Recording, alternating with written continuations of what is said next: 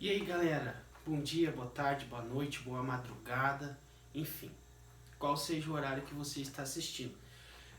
Tem uma notícia, tá?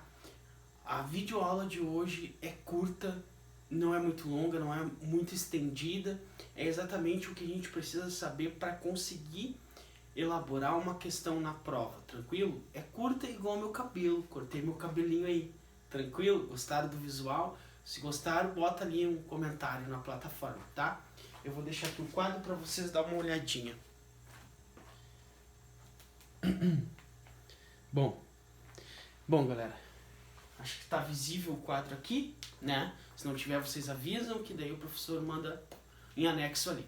Bom, galera, a última aula foi uma aula extensa, cansativa, 34, mais de 30 minutos de aula, né? Que foi o início do Primeiro Império até o final do Primeiro Império. Bom, lembra que o senhor falou que teve alguns conflitos internos contra como é que eu vou dizer, a autoridade, né? Contra o monopólio não, né? A autoridade política centralizada de Dom Pedro I. Pois então, essa aqui é uma questão que tu vai encontrar na prova, a Confederação do Equador. Quando? 1824, ok? Ok. Aonde foi? Em Pernambuco. Quem participou? Quais são os líderes? Frei Caneca, Cipriano Barata e Paz de Andrades. Esses são os três principais líderes. Quem morreu? Frei Caneca. Depois no final eu conto, tá? Então assim, grava o número dos líderes, o número dos líderes, né? Vaca do V, pega o WhatsApp deles, não, o nome dos líderes, porque a prova da ESA cobra. E a prova da SpaceX vai cobrar um pouco mais no contexto das coisas. A ESA vai ser objetiva, direta, A ou B, entendeu? Vamos lá? Vem com o senhor. A definição da Confederação do Equador, vamos lá, movimento separatista e republicano. Tranquilo? Lembra disso? Movimento separatista e republicano. Sempre lembra disso, tá? Porque pode não ser... tem alguns conflitos que não são separatistas, né? Não vai confundir com as revoltas nativistas, tá? Confederação do Equador, galera, é no Primeiro Império, 824, já 2 anos após o grito da independência. Então, é uma revolta separatistas com caráter republicano, tá? Quem vai participar? Pernambuco, onde é a cidade das revoltas, o Pernambuco sempre exigindo uma atenção melhor, né, referente ao estado pernambucano, tá? E com razão, né? Porque quando a capital é transferida de Salvador para o Rio de Janeiro, o Nordeste em si é esquecido pela corte portuguesa, só é lembrado na taxação de impostos, e isso vai fazer com que Pernambuco crie diversas revoltas, tá? Entre elas as quais são cobradas no vestibular: Revolução Pernambucana, Confederação do Equador. Tranquilo? Tranquilo. Quem participa? Pernambuco, Rio Grande do Norte, Paraíba e Ceará. Não vai esquecer, o senhor quase esqueceu. Ceará, tá? As causas dessa revolução, galera, é o que? Autoritarismo de Dom Pedro, a pobreza generalizada do Nordeste em si, quando a corte, desde a época da vinda da família real, quando ela se instala aqui, lembra que o senhor falou que antes não existia uma estrutura europeia para a civilização, para a colônia. Quando a família real vem para cá, ela instala essa aculturação, a cultura europeia. O que é a cultura europeia?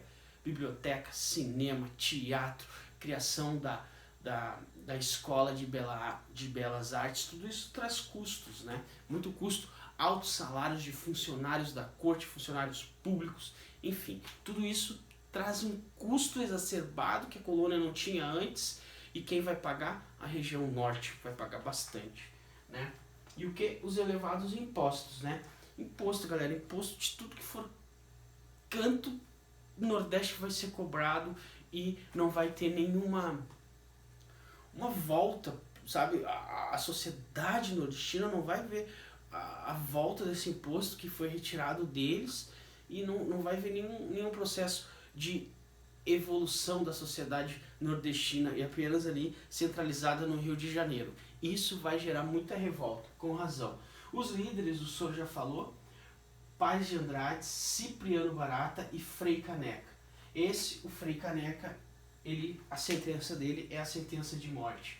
Tá? O que fez? Vamos lá, a crise. O que deu essa crise exacerbada em 823, assim, que o Nordeste, pum, né, estoura mais uma revolta histórica contra o monopólio português, né? Porque lembrando, Dom Pedro I ele é rei do Brasil, mas ele é um rei português, não é um rei brasileiro. Já existe aí uma divergência entre portugueses da colônia e portugueses de Portugal. Dom Pedro é português de Portugal. Então, nas capitanias hereditárias, nas províncias, porque ali já nesse período já são províncias, né? Começa a existir várias revoltas contra o governo instalado naquela região pela Ordem de Portugal, né? E quem vai governar aquilo ali? Quem é que vai ganhar os cargos, os melhores cargos, né, dentro das câmaras municipais, das prefeituras?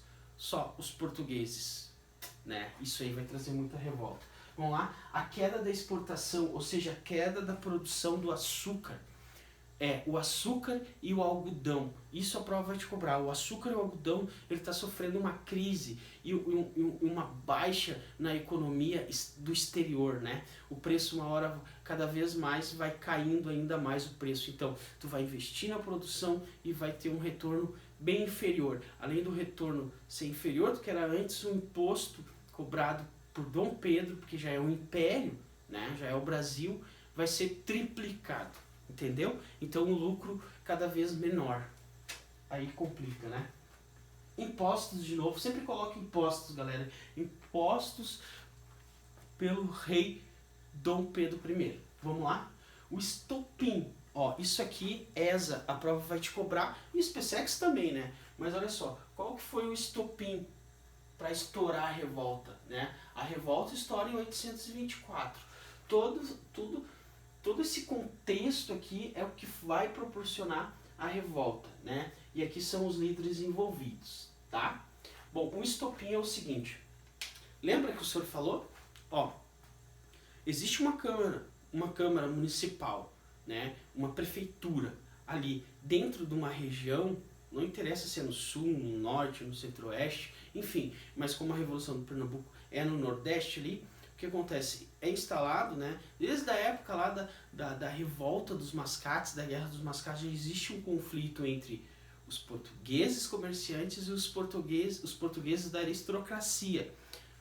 Entende? Então, aqui em 824 vai se generalizar o quê? Quem é que Dom Pedro vai indicar para a prefeitura de Pernambuco? Um português, não um português brasileiro.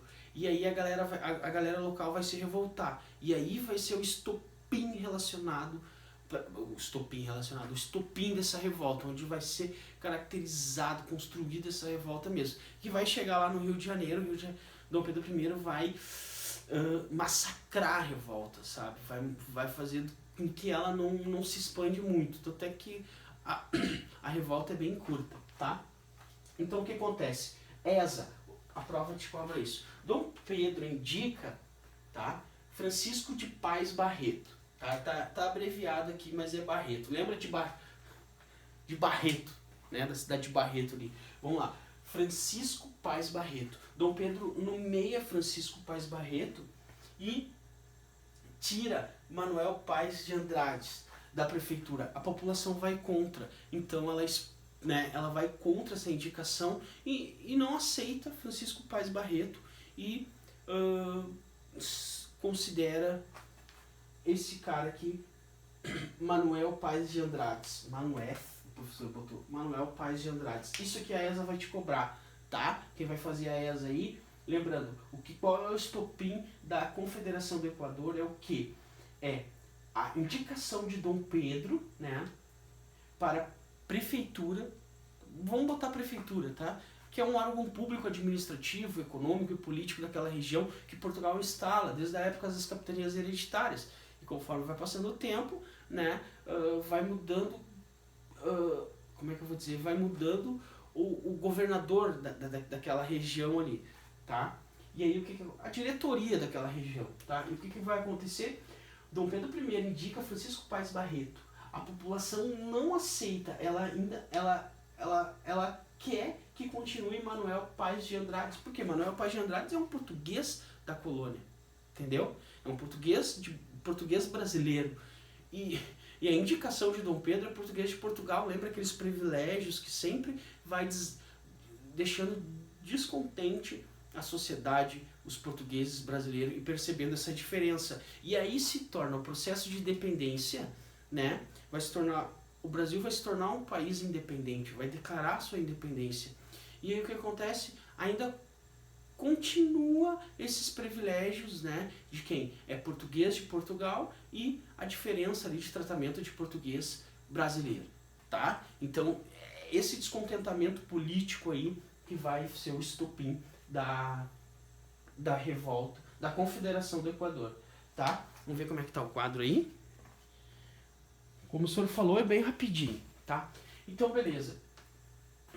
Quais as características que a gente tem que entender na Confederação do Equador? Anota aí. Bom, 824, tá? Além disso aqui que aconteceu na região de Pernambuco, o que acontece lá no Rio de Janeiro? Em 823, Dom Pedro I faz o quê? A Noite da Agonia. O que é a Noite da Agonia? É o fechamento da Assembleia Legislativa, onde ele expulsa todos os vereadores, os ministros, né, que estão ali presentes fazendo aquela reunião. Ele cerca a Assembleia de soldados e retira todo mundo ali, prende, não sei o que, prende, sabe, o pessoal que vai saindo tem que gritar, ei, Dom Pedro, Dom Pedro, Dom Pedro, né, quem não gritar já toma uns uns tapão, né, Capitão Nascimento, impede pra sair, e assim vai, tá? Então, em 823 acontece isso, em 823 aqui já tá acontecendo a fome, né, elevada da sociedade, tá? Então, lá no Rio de Janeiro tá acontecendo isso aí. E aí, o que vai acontecer, tá? Vai acontecer o seguinte, 824 vai ser outorgada a lei, né? O poder moderador, ou seja, a centralização do poder. Lembrando que a revolta tem um movimento separatista e republicano, ou seja, aqui tá presente a elite, né? É heterogênica. Tá? É uma revolta heterogênica. O que é heterogênica? Vai ter a elite, a sociedade classe média, escravos, ex-escravos e a população pobre. Entende? E até, galera, quando acontece o quê? O pessoal da elite percebe que tem muitas... a sociedade em si está participando. O que a elite faz? A elite vai se afastando, né? Porque ela percebe que pode dar treta. Olha o que aconteceu na França, né? Isso aqui vai pegar uma herança aqui jacobina. O que é a herança jacobina? É a parte mais violenta que tem na Revolução Francesa, onde eles, a guilhotina pega. 3, 4 pessoas importantes dentro da sociedade, cargos políticos, perdendo a cabeça em praça pública. Entende? Então, o pessoal da elite que percebe que o bicho tá pegando, eles vão se afastando, né? Eles vão se afastando. Por quê? Porque se dá certo isso aqui, começa o quê? Começa a rolar a cabeça, né? Então, eles vão se afastando. O que acontece? Eles querem a descentralização do poder, ou seja, Dom Pedro I vai lá e faz o contrário. Ele vai fazer o quê? Ele vai outorgar uma lei. E qual é essa lei? O poder moderador. Ou seja, também vai implicar essa revolta contra o poder moderador de Dom Pedro I. Aqui, galera, a popularidade de Dom Pedro já está caindo. Faz 2 anos que ele está como imperador e já está caindo. Mas lá na frente vai acontecer a elite que apoiou Dom Pedro vai começar a se afastar. Mas o cara, ele é português, ele é um rei português, ele não é um rei brasileiro, né? Então vai começando ainda mais a diminuir a popularidade de Dom Pedro I dentro da sociedade dentro da sociedade brasileira, e ele vai acabar abdicando o poder. Mas isso o professor já falou ali, né? Então, o que acontece, galera? É isso. Contra o poder moderador, ou seja, a centralização do poder administrativo de Dom Pedro. Tranquilo? é isso aí. Vamos lá? ESA, tu vai fazer a ESA, chega aí, a repressão. O que acontece? A crise econômica no Brasil vai começar cada vez mais se agravando por causa dessas revoltas, né? Lembrando, guerra é dinheiro. Quem é que vai lutar na guerra? O Brasil ainda não tem o seu exército. O Dom Pedro vai contratar mercenários ingleses para combater todas as revoltas dos portugueses que estão aqui lutando para que a independência não continue isso, que a colônia, que o Brasil volte a ser uma colônia. Então Dom Pedro vai gastando grana, né, galera? Vai gastando grana nessas revoltas. Então, quem é que vai lutar aqui? Vai ser os mercenários, principalmente os mercenários ingleses, né, que lutaram lá no processo de expansão napoleônica, tá? E um cara aqui, o brigadeiro Francisco de Lima e Silva, tá? Vulgo, depois lá na frente, Duque de Caxias, pai do Duque de Caxias. Tranquilo? Francisco de Lima e Silva. Então, galera, é isso aí a Confederação do Equador. Ainda não. O que acontece? Acabou, finalizou, foi reprimido, né? Foi reprimido a revolta. O que acontece aí, galera? Olha quem está envolvido. Cipriano Barata, Frei Caneca, os dois já vêm de uma revolta da Revolução Republicana, da Conjuração Baiana, né? O Frei Caneca está na Revolução Republicana, Pernambucana, republicana, o professor sempre fala, republicana, na Revolução Pernambucana. E agora ele é um dos principais líderes da Confederação do Equador, tá? E aí o que vai acontecer, galera? O padre Frei Caneca vai ser condenado à morte, tá? Como é que é a morte dele? Ele foi condenado, a sentença dele, do Frei Caneca, foi uma sentença de quê? Foi a sentença da forca. Mas, galera, Frei Caneca aqui, ele tem mais seguidores que o Cristiano Ronaldo, entende? Então, toda a sociedade carente, menos favorecida, seguia, né, o messianismo do Frei Caneca, né? Ele era um líder religioso. Lembra? Ele lá na Revolução Pernambucana, ele já fazia parte dos seminários religiosos. Então tu imagina quanto tempo já vem aqui, 824, tá? Lembra que Portugal só vai considerar o Brasil um Brasil independente em 825, né? Então tem essa diferença aí, tá? E aí o que acontece? Frei Caneca, chega o dia da execução do Frei Caneca. Intervalo, dá uma focada no quadro aí. Tira o print, né? Tá tranquilo aí a visão? Vamos lá? Né? Frei Caneca, ele vai ser degolado. O que acontece? Geralmente, nas execuções em praça públicas, que servia como exemplo, ó, se tu ir contra a família Portugal, né, contra os ideais portugueses aqui na colônia, tu vai sofrer o mesmo castigo que esse cara aqui, lembra do Tiradentes lá, né? E aí, aqui no Frei Caneca, o que acontece? A praça tava vazia. Vazia. Ninguém quis fazer parte dessa execução. Inclusive, o próprio Carrasco, que era responsável por baixar a alavanca lá na forca, botar a cordinha, também não quis. Aí o líder lá da Assembleia português falou, não querem degolar? Então, fuzilem. Então, e aí, tipo, não vai morrer degolar, vai morrer... E o que acontece? Fuzilam o Frei Caneca, né? E aí, o que a sociedade pensa em si? Qual a consequência disso? Presta atenção no que o senhor vai falar agora. Os caras percebem nessa revolta, tanto a elite, né? Toda a elite, assim, do território. Lembra que quem participa, cara, é Pernambuco, Rio Grande do Norte, Paraíba e Ceará. Então, são diversas províncias envolvidas nessa revolta. E aí eles percebem, cara, a gente fez uma revolta e Dom Pedro I tá matando os brasileiros. Ou seja, tá morrendo brasileiro. Então os caras começam a pensar, Dom Pedro I, ele é português mesmo. Então, ou seja, para pensar aí com o senhor, o que acontece? A popularidade dele ainda cada vez mais vai diminuindo dentro da sociedade, tanto na elite quanto na classe mais baixa, não importa. Todos os da colônia aqui começam a se afastar dos ideais de Dom Pedro I. E aí vai dar em 1831, a abdicação dele. Tranquilo até aí?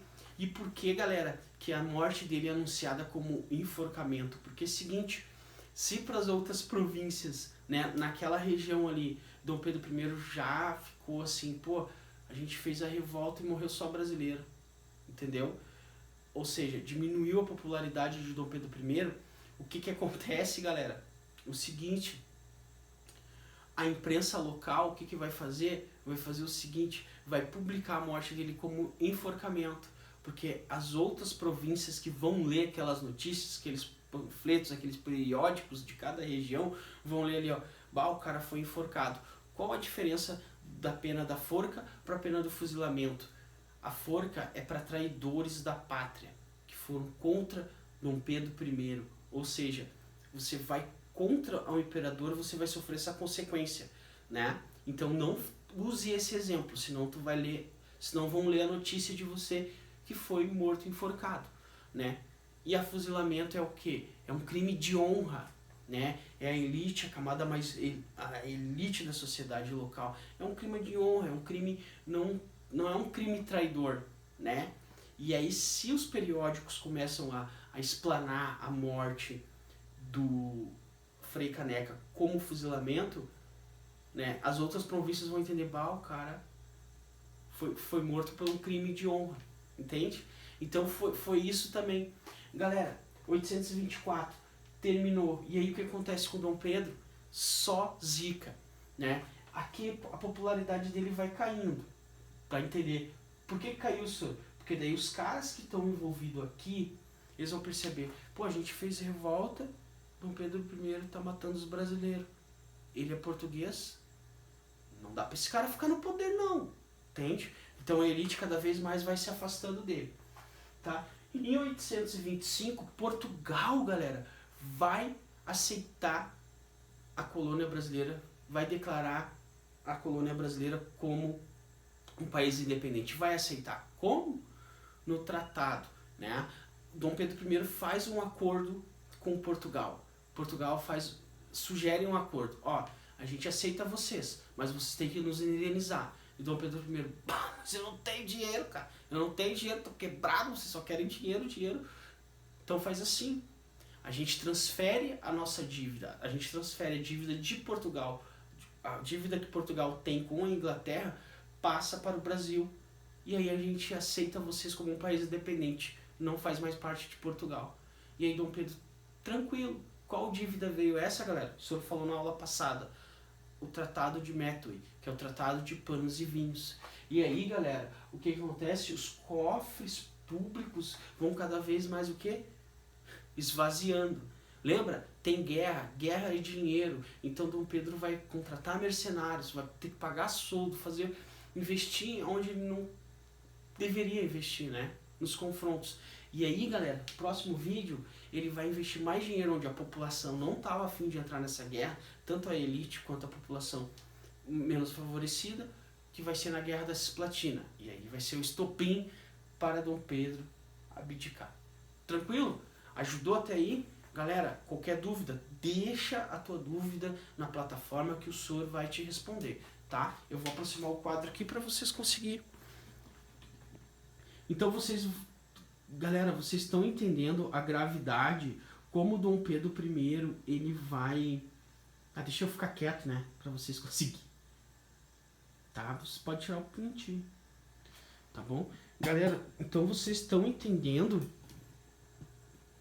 Vocês começaram a entender por que Dom Pedro vai perdendo a popularidade dele e começaram a entender a diferença do português brasileiro para o português de Portugal, né? Essa diferença que vai implicar, os caras vão começar a entender assim, ó, mas Dom Pedro I é português, diferente de Dom Pedro II. Dom Pedro II nasceu aqui, ele é brasileiro, então ele vai ter um carisma bem diferenciado com a sociedade, com a elite, né?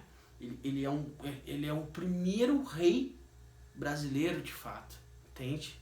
Que depois vai abdicar também, vai ser proclamada a república. Então é isso aí, tá? Ó, a Confederação do Equador. Tá, agora é assim, ó, pra vocês entenderem o que é confederação. Confederação, galera, o termo é por quê? Porque todos os países, países, mas no caso aqui a Confederação do Equador, por que a Confederação? Porque todos os estados, todas as províncias envolvidas, Pernambuco, Rio Grande do Norte, Ceará e Paraíba, eles são autônomos de si mesmo. Ou seja, eles têm as autonomias políticas. Né? Por isso que é a Confederação do Equador. E também baseado na Revolução do Equador lá. Tranquilo? Beijão. Deixa aí a tua dúvida que tu tenha, que o professor vai conversar contigo, tá bom? Um abração.